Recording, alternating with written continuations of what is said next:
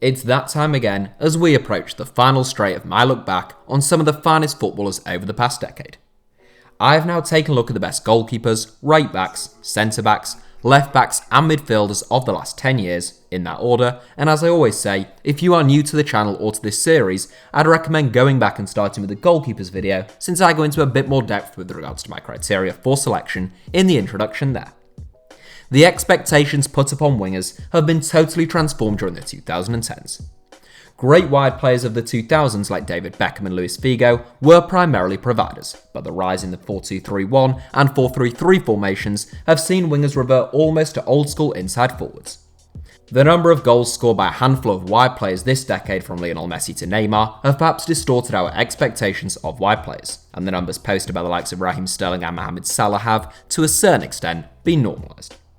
Having said that, the right wing and left wing sevens were among the most difficult to compile in this series as far as I'm concerned, primarily since wide players tend not to be as consistent over such a long period of time as many other positions, with a few very notable exceptions of course.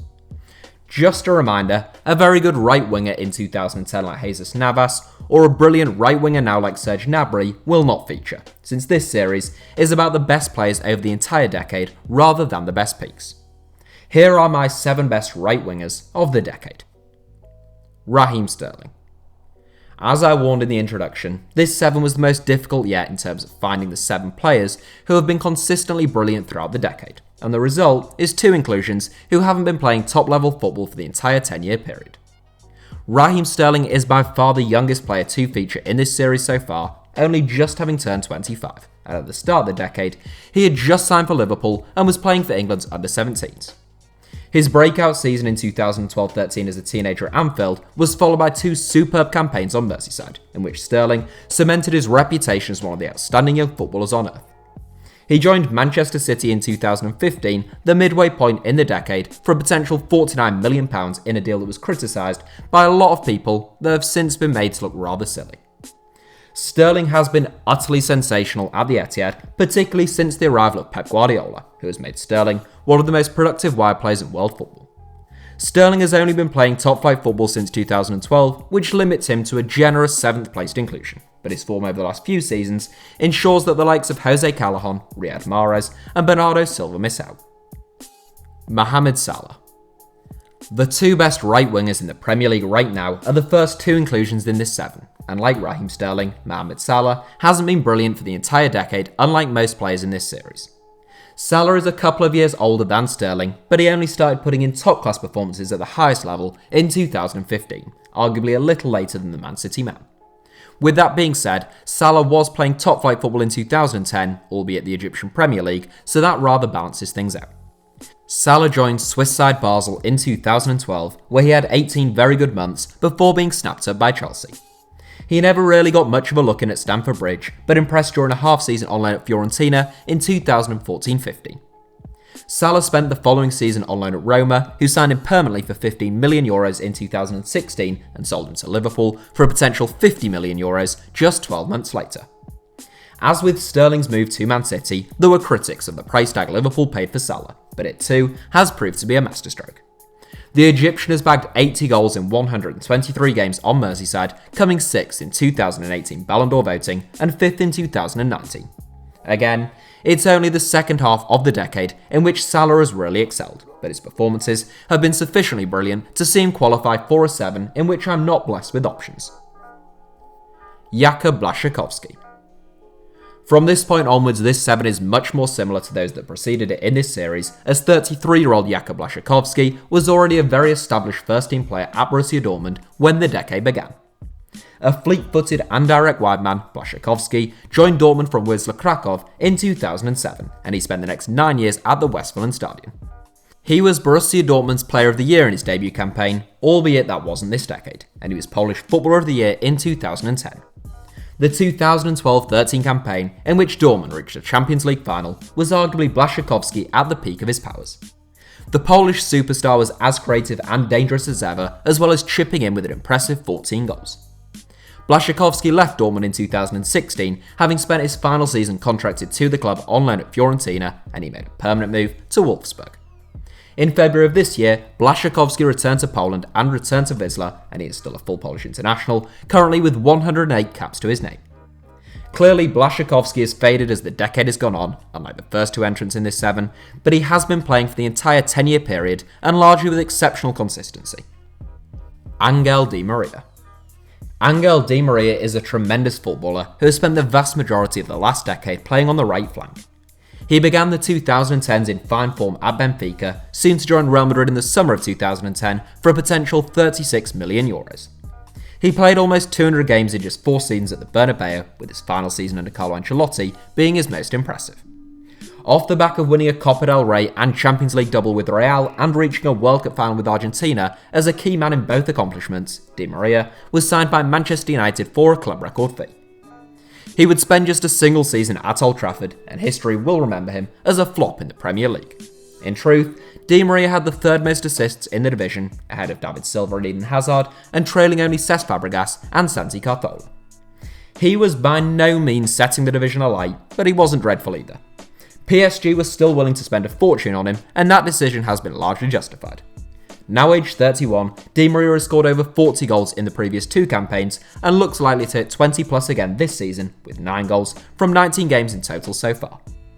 Di Maria is a brilliant dribbler of the ball, he can create goals, score goals, and he has an impressive work rate.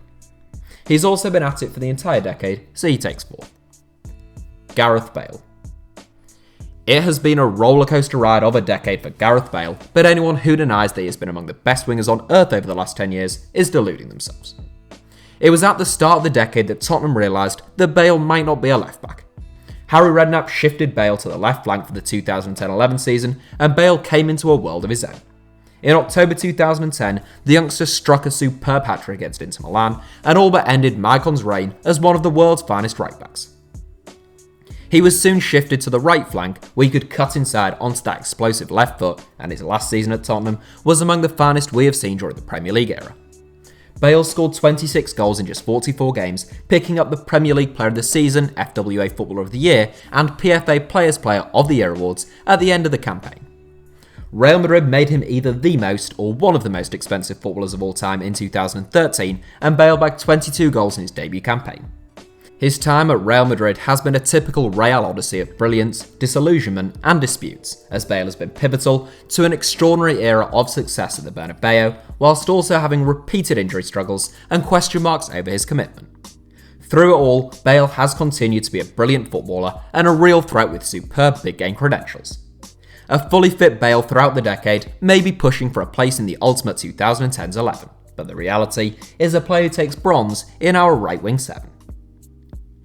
Arjen Robben. In 7 or 8 of the last 10 decades, Arjen Robben might have gone down as the finest right winger of that 10-year period, but not this one.